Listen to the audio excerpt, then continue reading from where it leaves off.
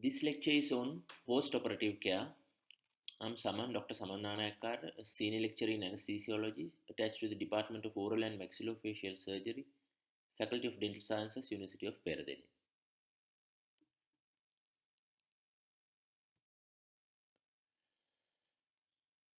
You got familiar with the term perioperative care in a previous lecture, and we learned in that lecture that perioperative care consists of three things: preoperative care, intraoperative care, and postoperative care.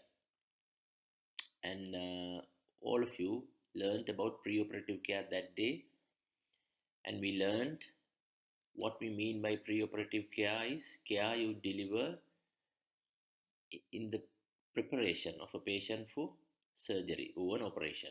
So the care you deliver before a surgery. So where you would be doing a preoperative assessment, optimizing patient's medical conditions, controlling pain, fluid balance, etc., keeping the patient fasting, getting informed consent, etc., consists of preoperative care. So, what we mean by intraoperative care is care that is extended during a surgery, during an operation. So, this generally is delivered by the surgeon anesthetist and the operating theatre nurses and the junior staff of the theatre. So, in this lecture, we will be looking at post-operative care.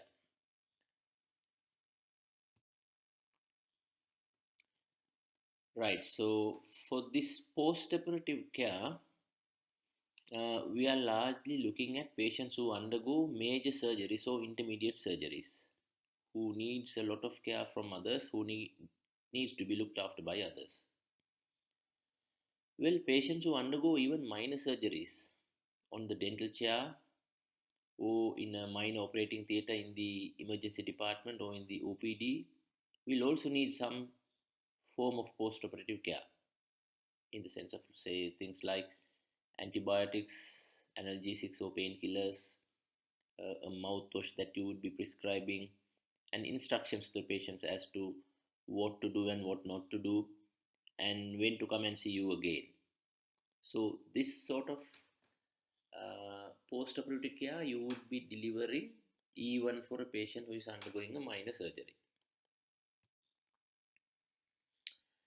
But when you look at a patient who is undergoing a major surgery, major operation or an intermediate surgery, there's a set of very important things that you have to attend to in the patient's post-operative care. So the main things that we need to cover under a post-operative care is monitoring the patients, monitoring vital parameters, providing oxygen therapy depending on the need, reassuring the patient, allaying anxiety, providing analgesia or pain relief, continuing patient's fasting or restarting feeds, oral or nasogastric feeds, positioning of the patient, how exactly are you going to keep the patient after surgery, and special things like patients attending to patients' splints and drains, etc. Then another very important thing is keeping the patient warm, preventing hypothermia.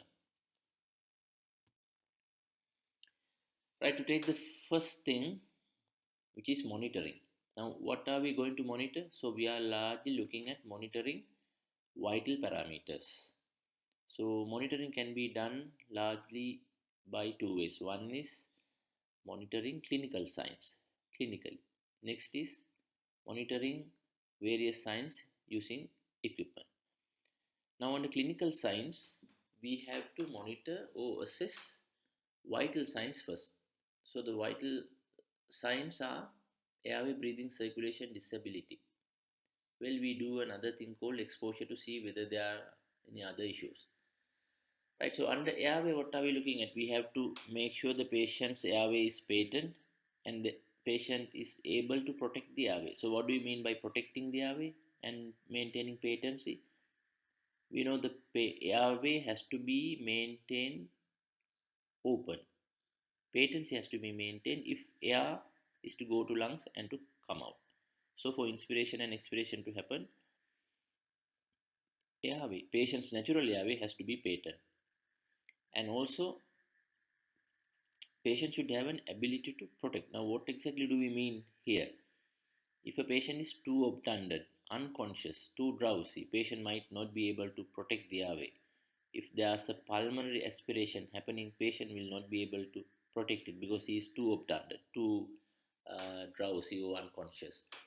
In a conscious patient, a patient who is able to protect the airway, if a foreign body or secretion enters the upper airway, the lower airway like trachea and larynx, the patient will be coughing and trying to put out whatever the foreign bodies that are entering the respiratory tract. But if the patient is too obtunded, drowsy, unconscious, this is not going to happen.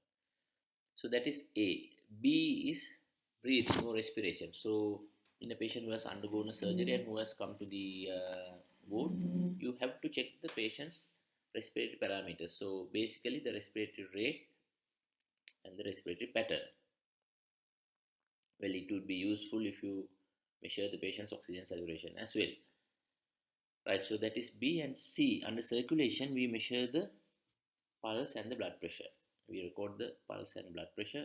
So under pulse also again we have to see what is the rate of pulse and whether there's a good volume pulse or not. Say for instance, pulse rate, a patient may be tachycardic if the patient has uh, bled a lot. Since there's a smaller blood volume now, to compensate for the loss and to increase efficiency of the hemodynamics, patient would run a tachycardia. Similarly, if the pulse has a low volume, that means there's a possibility of hemorrhage and bleeding or dehydration. And it is very important to measure the blood pressure also under C. And under D, what we mean by D is disability or level of consciousness. Under that, we assess the patient's level of consciousness, and there are a few other things that are important and related to disability or level of consciousness. Things like size of pupils and their reactivity to light, pain, how much of pain has the patient got, and things like random blood sugar. Well, the final thing is A, B, C, D, E. Final thing is exposure. Having a quick look at the body as to uh, whether there's bleeding and oozing, and whether the drains are in position, whether the drains have got dislodged, or whether the dressings which are underneath clothes have become wet, and things like that. And look at the peripheries, whether the peripheries are warm or cold. Look at the color of the peripheries, whether the peripheries are pink or pale. If it is pale, it is very suggestive of increased sympathetic activity, which may be due to pain or increased blood loss. Then monitoring with equipment. So certain parameters of patients have to be monitored with a multi-monitor or a special instrument like the pulse oximeter, and certain parameters can be recorded better and more accurately using automated uh, medical equipment. So, what are the equipment that we are going to use in the post-operative setting? In an ordinary post-operative setting, a multi-monitor with the facility to measure the blood pressure, the non-invasive blood pressure (NIBP), then pulse oximetry, and that monitor should have the ability to monitor ECG and the pulse rate and the respiratory rate. Or you can have separate equipment like a pulse oximeter separately and a manometer separately to measure the blood pressure.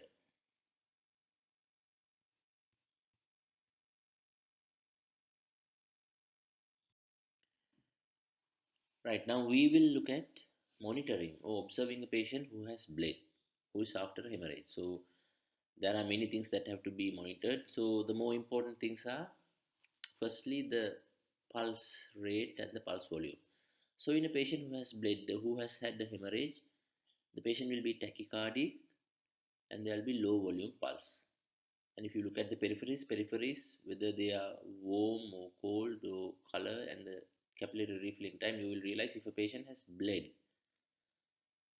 that patient would look pale and if you feel the periphery would be cold, and capillary refilling time is poor, it is longer than 2 seconds. So in a otherwise healthy normal patient who has not bled, if you check the capillary refilling time, you will realize it is less than 2 seconds. If you press the nail bed, let's say on one of your fingers with the other hand, and you keep pressed it for a few seconds and then release the pressure on the nail bed, then you will realize the color of the nail bed initially was pink, and as you pressed with another finger, it became pale due to blanching. And soon after releasing that finger, again the nail bed should look pink within 2 seconds or less than 2 seconds. Then another very important sign is measuring the urine output and measuring the central venous pressure. So if the patient is catheterized, you can measure the urine output easily, or in a patient who has bled, it's very important to catheterize the patient now and start recording the urine output initially every half an hour. Later, once the patient is stable, you can measure urine output hourly. And the normal urine output is 1 milliliter per kilogram body weight per hour. So if a patient is 75 kilos, he would produce 75 milliliters of urine per hour. Then central venous pressure is a very very important uh, catheter to measure central venous pressure. So, well, central venous pressure is measured using a central venous line or central venous catheter. And if the patient's blood volume is less, there will be a reduction in the central venous pressure. Then it is, of course, important to measure the blood pressure also, arterial blood pressure. And why I didn't mention it on the top of the list is blood pressure might be looked after up to a fairly late stage of bleeding. So, in the initial stages, first stage and second stage, blood pressure may be normal. We learned this under another lecture we discussed for the shock. So, in hemorrhagic shock, we learn in a relatively healthy, otherwise person, blood pressure is one of the things to be changed quite late. So we should not go only by the blood pressure. So the blood pressure may be normal or slightly above normal in a patient who has bled in the initial stages of hemorrhages. So you will be totally misled if you measure only the blood pressure. Therefore, before measuring the blood pressure, you should measure or assess or monitor the other four bullet points that I have mentioned: pulse rate and the volume, peripheries, the color, temperature, and capillary refilling, then urine output and central venous pressure. And also in a patient who has bled, look at the drains and dressings for evidence of bleeding. And in circumstances like a patient who has undergone a laparotomy for a bowel obstruction or a vascular injury or whatever, if there's a swelling in the abdomen, increasing abdominal girth with intra-abdominal bleeding, there will be swelling.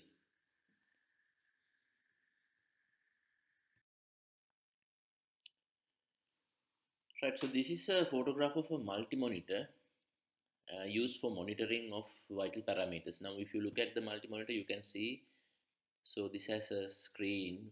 This is a medical type of screen. You have a handle to carry the monitor, and there's a switch to switch it on and off. This is a knob to change the parameters. So if you look at the monitor, you can see there are several parameters that can be recorded or measured. So there are two ECG leads. They look like ECG lead 2 and lead 1. So this is the pulse rate, number of pulse beats per minute. This is the oxygen saturation, and then you have the this looks like the plethysmograph picture, and this is the respiratory rate that is being shown, and 20 is the respiratory rate, and this is the blood pressure, non-invasive blood pressure, systolic blood pressure, and the diastolic blood pressure, and this is the temperature. So one shows the body core temperature measured in the nasopharynx or the rectum. Other shows the toe temperature. generally the temperature of the external surface of the body. So these are pictures of two pulse oximeters. One on your left is a conventional big pulse oximeter where you have a screen and you have a separate finger probe, and this finger probe is connected to the machine with this cable, and there's an infrared light being emitted. Here you can see some redness on the finger on which the pulse oximeter probe is placed.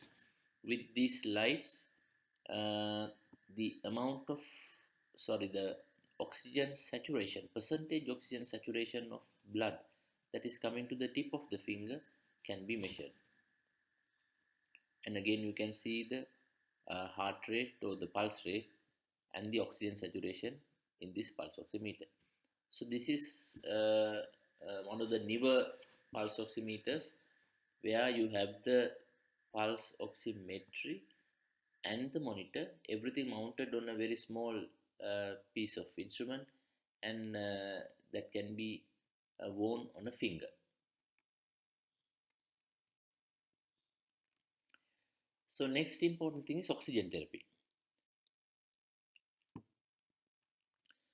So patients who are sent to the ward generally do not need oxygen, and they can maintain their airway, patency of the airway, and they can breathe also. However, it is always advisable to continue monitoring of respiratory rate and pulse oximetry in all post-operative patients. Well, if the patient's respiratory rate is low, let's say less than 10 uh, breaths per minute, or if it is too high, more than 20 breaths per minute, then again you need to assess the patient in detail to see why is this respiratory failure. What is this respiratory failure due to? Because the respiratory rate is either too low or too high, and there will be low oxygen saturation. So if pulse oximetry reading is less than 94%, then you have to start the patient on oxygen therapy. So prop up the patient, check the airway, pulse rate, and blood pressure.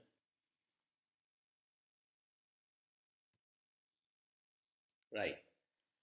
So next important thing is analgesia and pain relief. So we looked at two main things under post-operative care. First one was monitoring of vital parameters. Second one is oxygen therapy. So the third most important thing is analgesia or pain relief. So all of us know that all surgeries are painful. So there's no surgery which is not painful. So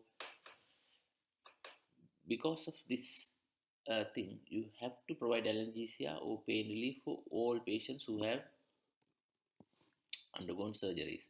So one important principle in managing pain relief after surgery or post-operative analgesia is you have to get on top of pain first. So this pain may be mild or moderate or severe or excruciating. However, you should try to control the pain.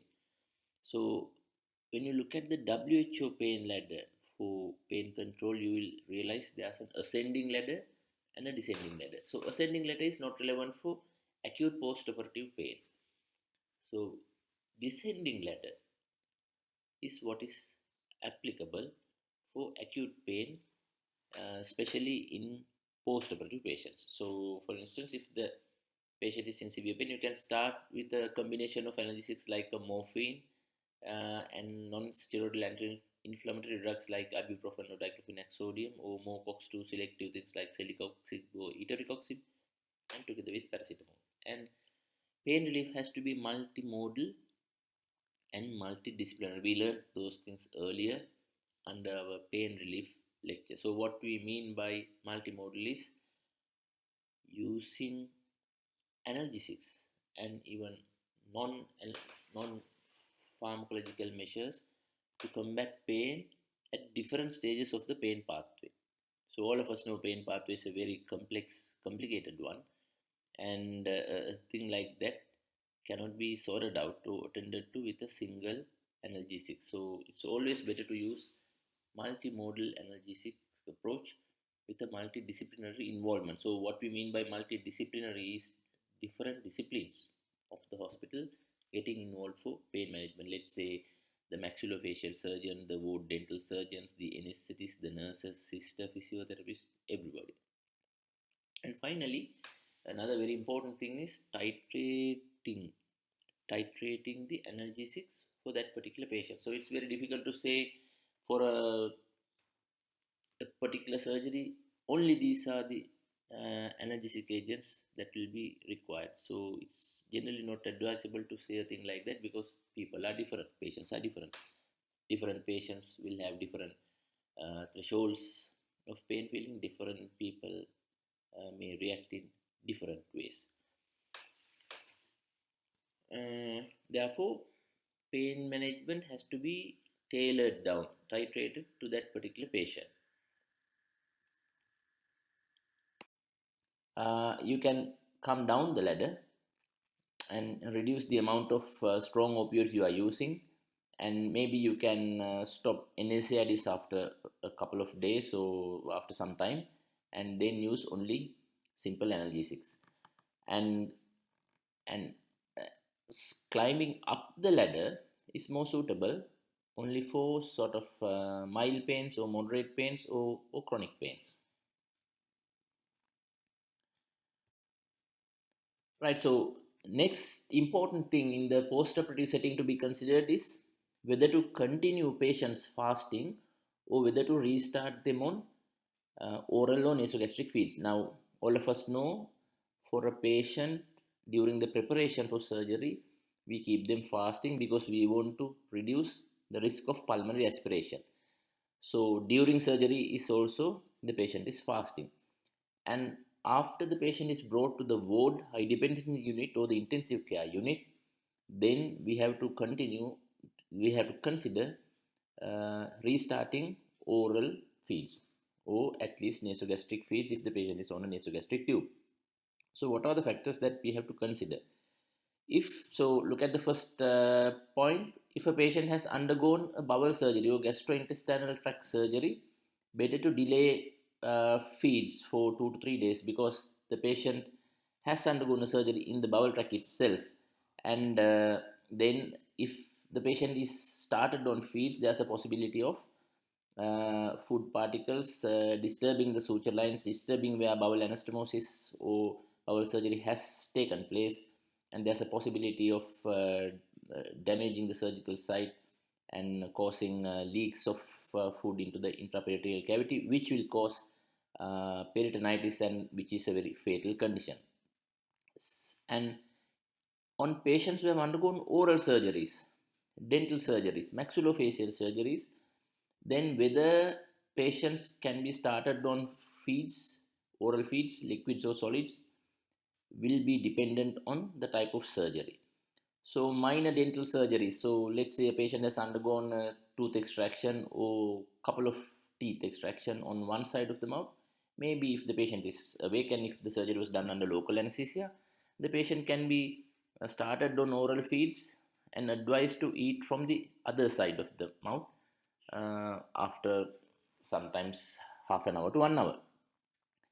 And if the patient has undergone a little bigger surgery like excision of a mucosal cyst or some other minor surgeries, then maybe we can delay starting oral feeds for a couple of hours, 1 2 3 hours, and then start them on feeds. Whereas if the patient has undergone a major oral surgery, major maxillofacial surgery, then better to delay oral feeds because feeds, food and drinks might disturb the surgical site, suture lines, etc. Therefore, best thing would be to keep the patient fasting till the following day. Till then, continue intravenous fluids like normal saline or Hartmann solution of 5% dextrose. Or if the patient has to be kept fasting for several days, then best thing would be to pass a nasogastric tube, which will be passed through the nose into the stomach and start the patient on nasogastric feeds straight away. Then a third thing that has to be considered is for restarting oral or nasogastric feeds, whether the patient is stable or unstable. Now, what do we mean here?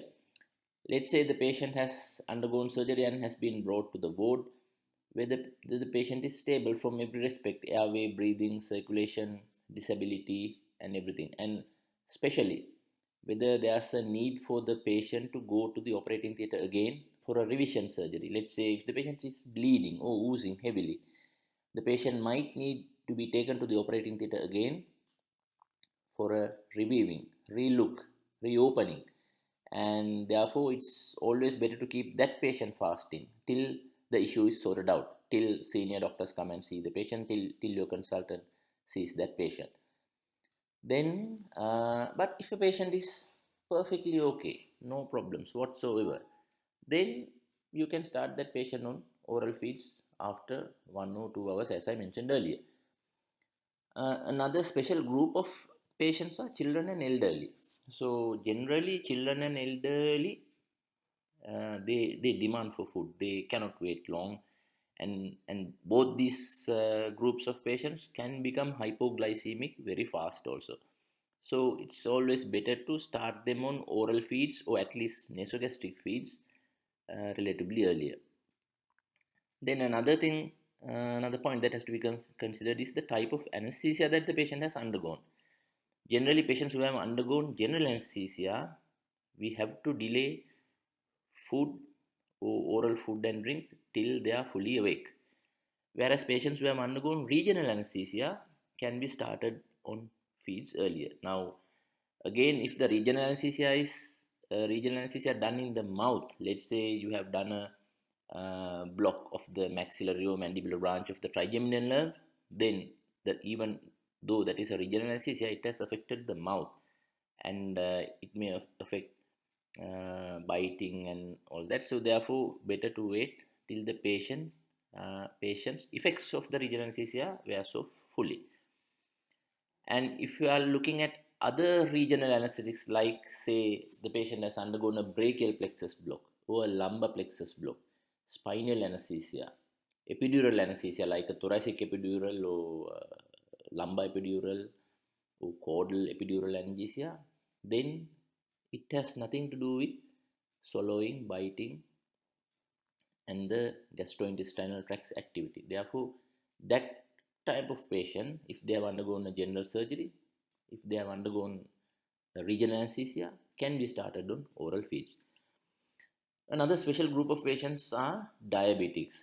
So they have primarily a problem with their glycemic control, and the longer you keep them fasting, their metabolic derangements can be severe. So better to start them on feeds early. So start them on a diabetic diet. And also patients who are nauseated and vomiting, better to delay their feeds, oral and nasogastric feeds, till their nausea and vomiting subsides. Because if you start them on oral feeds, they will vomit that also, and then the patient will become very, very miserable. So start them on antiemetics, let's say ondansetron 4 milligrams or 6 or 8 milligrams, or dexamethasone 8 milligrams for an adult, and metoclopramide 10 milligrams, or a combination of those things, or promethazine 12.5 to 25 milligrams. Start them, wait till the action of those drugs take place, maybe wait for half an hour, 45 minutes to 1 hour. So you can use those as intravenous preparations or rectal preparations. There are metoclopramide and domperidone rectal suppositories. Taking antiemetics orally might not be very wise when a patient is nauseated and vomiting. The patient might vomit out the drugs that they take also.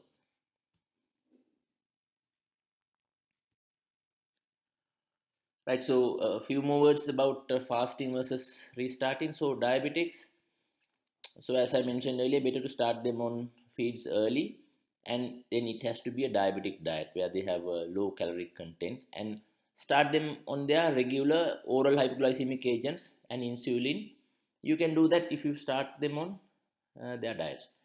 Then children, as I mentioned earlier, they feel thirsty, they cry and ask for food, milk, and you cannot explain to them these things. So better to start them on feeds when they are fully awake. So if a child is fully awake, you can feed them even half an hour after a general anesthetic. So you have to remember, all patients who undergo general anesthesia are woken up. They are general anesthesia is reversed on the operating theatre operating table itself. Thereafter, they are taken to the operating theatre recovery, and further recovering happens there. And once the patient reaches the ward, they are wide awake. Generally, children are crying and asking for the mother, asking for food, milk by that time. So they would not get pulmonary aspiration when they are wide awake like that. So uh, you can start patients on oral feeds, or if you have concerns about disturbing suture lines, disturbing the operative site, you can start them on nasogastric feeds through a nasogastric tube. So it's a good thing to start with clear fluids first. So what are the clear fluids? Water is a clear fluid, plain tea, apple juice, then even bottled drinks. You can start them on bottled drinks uh, after opening the bottle for a while and leaving the bubbles and compressed carbon dioxide to leave. And then you can start them on semi-solids like things like biscuits, soap biscuit or soups are good.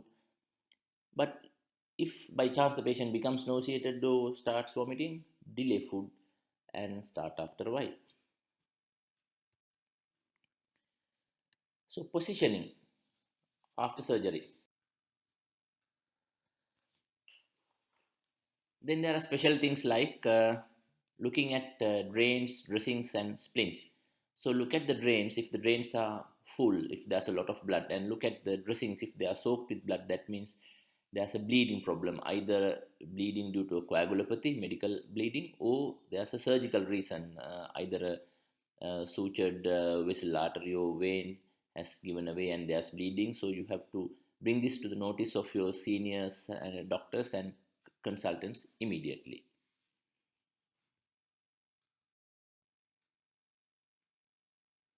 Right, another very important thing is to keep post-operative patients warm. So, who are the groups of patients who are more prone to become hypothermic? Children, elderly, weak patients, and hypotensive patients. So, hypothermia can lead to hypotension or low blood pressure, arrhythmias, poor coagulation, which can lead to bleeding, and also poor neuromuscular recovery. It is a special concern among anesthetists towards the end of a surgery. If a patient is hypothermic, all of us are very worried because there's going to be a poor recovery uh, for spontaneous breathing. So, how can we prevent hypothermia? So, it's always better to keep patients covered. Say, for an example, keep the head covered with a cap, keep legs and feet covered with leggings or socks, cover the patient with a cloth blanket, use a warming blanket. It's a special active warming device where you have a blanket with an attached machine, and there's warm air being pumped into the blanket which will be circulating on the patient, and the patient is covered with that blanket that will keep the patient warm. And using fluid warmers, so if we are transfusing blood or intravenous fluids like saline, we can always warm that fluid. Otherwise, say for an example, blood is stored in refrigerators, so by the time you take it out and try to transfuse, it will be very very cold. And saline and other intravenous fluids would be in the room temperature in the operating theatre. Now, what is the room temperature in the operating theatre? Operating theatre is an air conditioned place, so it will be at 16 to 18 to 20 degrees centigrade, which is quite cold compared to the patient's 37 degrees centigrade. So once very cold saline or very cold blood is transfused, the patient will become very very cold.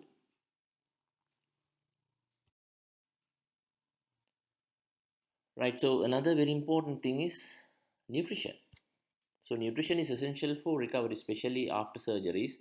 So you as a doctor should try your best to start nutrition as early as possible.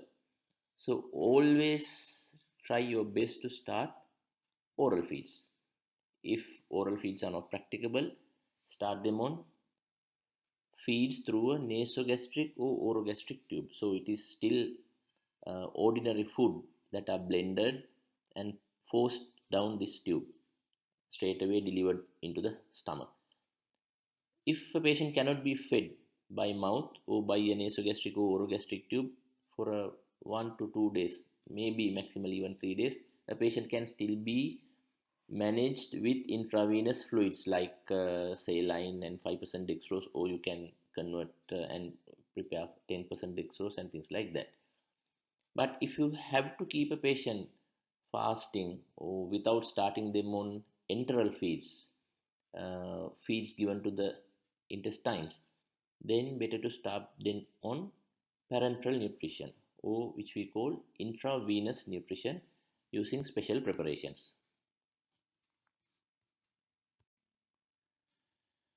Right, so try to have an idea about fluid balance. So consider the point where you are seeing the patient. Let's say you are seeing the patient now. So look at three important things. What are the previous fluid deficits? What is the requirement of fluids as maintenance fluids? Then whether there are ongoing losses of fluids. So what do you mean by previous fluid deficits? So let's say you are seeing the patient now. The patient has come from the operating theatre now, and so we all know patients generally fast for surgery, maybe 6 hours or 4 hours, depending on the type of food before surgery. Then during the surgery, the patient is fasting further. But during the surgery, anesthetists generally infuse intravenous fluids like saline and 5% dextrose or Hartmann's over colloid solution, maybe even blood. So look at the fluid deficits and look at the fluids or blood that have been infused or transfused. Then see whether there is still a deficit. If so, it has to be covered now slowly over a couple of hours. Then patients also need maintenance fluids. So what do we mean by maintenance fluids? So our body is constantly consuming fluids, and at the same time body is generating a different set of fluids to be excreted from the body. So we produce urine roughly 1 milliliter per kilogram body weight per hour, and we send fluid out as insensible fluids. So insensible loss of fluids happens through the skin and through the respiratory epithelium. Therefore there's an ongoing fluid loss, and to cover up that, we have to have a fluid type intaken as maintenance fluid. Then there can be ongoing losses. Look at the drains and dressings of the patient. So if there's oozing or bleeding, well, that is an ongoing loss. And in a patient like a patient who has burns, if there's oozing of plasma, that is another type of ongoing losses. So you have to plan your fluid management to cover up for those fluid losses also. So another aspect that you have to look at is electrolyte balance. Generally, fluid balance, electrolyte balance, and acid base balance are interwoven and they go hand in hand. A patient who is otherwise healthy and who has undergone a minor surgery or an intermediate surgery with minimal fluid shifts generally has no electrolyte imbalance. The body is quite capable of maintaining homeostasis and keeping electrolytes, acid bases, and fluids at a reasonably well balanced range. And generally, electrolyte levels are not deranged, at least to a great extent, in otherwise healthy patients. But even if it is an otherwise healthy patient, if he has undergone a major surgery, especially with large fluid shifts, if the surgery has taken a long time, if there has been a lot of blood loss, hemorrhage, if blood transfusion has taken place, if a lot of intravenous fluids of different types have been infused, if there had been a large nasogastric aspiration, if there's oozing, vomiting, diarrhea, that kind of situation, then there's a chance for electrolyte imbalances. So, in a situation like that, you can always check serum electrolyte levels by drawing a blood sample and sending into the lab. So, we generally check serum levels of sodium, potassium, chloride, magnesium, and calcium. Generally, we do not check other electrolyte levels. And you have to be aware about clinical signs suggestive of different electrolyte imbalances, especially hyponatremia and hyperkalemia. But at this stage, you do not have to learn a lot about electrolyte imbalances. Right, so as I mentioned earlier, fluid balance, electrolyte balance, and acid base balance go hand in hand. And again, you do not have to go into great details about acid base imbalances, and you have to understand the body maintains acid base status very nicely controlled, maintaining homeostasis. The body's normal pH in blood is 7.4 with plus or minus zero point zero 0.04, and better to know the idea of uh, common respiratory and metabolic acid base derangements. So if there's an acidosis, it has to be a respiratory acidosis or metabolic acidosis. If there's an alkalosis, it has to be a respiratory alkalosis or metabolic alkalosis. So those are the four main types of acid base imbalances. Now, acid base imbalances are generally checked by doing a blood gas sampling. So, you draw a blood sample from one of the major arteries. Generally, it is the radial artery or the ulnar artery or femoral artery that is pricked, and a sample of blood is drawn. Roughly half to 1 milliliter is enough for that, depending on the type of the blood gas machine that you are going to use. And a blood gas report will give you values of the pH, PaCO2 or the arterial partial pressure of carbon dioxide, PaO2 arterial partial pressure of oxygen, bicarbonate levels, base excess, and some modern machines will also give you about lactates, how much of lactic acids are there in blood, and also some idea about electrolytes, common electrolytes like sodium, potassium, calcium, and chloride. Postoperative nausea and vomiting, or in short, PONV, is another concern. So, if a patient starts vomiting after surgery, that will bring misery to the patient. Patient will be very, very, very miserable, very uncomfortable, and also there will be a lot of work for the staff. Also, the patients, if a patient is vomiting, the staff will have to go and hold a bowl or something for the patient to vomit in, and the patient has to be, made to comfort.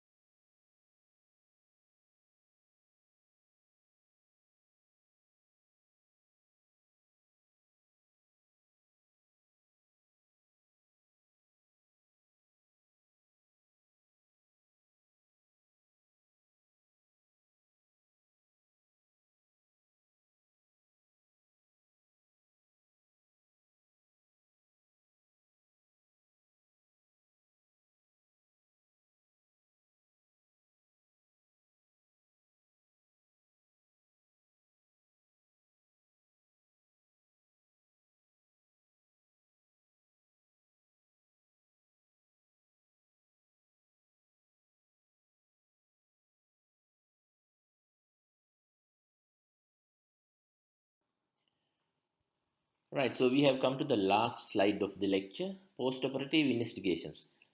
Right, so we have to do investigations in the post-operative setting only if essential. So don't just do investigations for the sake of doing. You are wasting resources, we are wasting manpower, funds, and you are obviously wasting patient specimens also. Let's say, for example, you are just drawing blood for no reason from a patient. Patient is losing blood, and so do only the relevant investigations. So most of the patients who come to the post-operative ward after surgery will not need a single investigation, and some patients will need one or two investigations, maybe on the same day of surgery, maybe the following day, and you have to repeat investigations again only if essential. Right, so what are the investigations that you might need? A full blood count may be of use if the patient has bled during surgery or if the patient is bleeding after surgery. Then you can have an idea about the hemoglobin. If the patient needs blood transfusion, then you can transfuse a pint of or more than 1 pint of blood. Then random blood sugar will be useful in diabetics, and also if elderly and children have been fasting for a long time, there's a possibility of them becoming hypoglycemic. Therefore, you can check their sugars also. And random blood sugar can be checked with a glucometer in the ward. So you don't have to draw blood into a syringe and send to the lab always. Just a pin prick and drop of blood is enough to check the sugars. Serum electrolytes would be relevant only if the patient has vomited or there's a large nasogastric aspirate, or the patient has bled a lot, or the patient is on drugs, medications that can change electrolytes like diuretics or angiotensin converting enzyme inhibitors. An ECG would be relevant if the patient is an ischemic heart disease patient and if he has undergone a major surgery, yes. Or if the patient complains of chest pain, difficulty in breathing, shortness of breath, yes, then can do an ECG. If the patient is complaining of severe shortness of breath, then a chest X-ray may also be necessary. Right, so that's the end of the lecture, and in this lecture we looked at management that you would be doing in the post-operative setting. Thank you very much.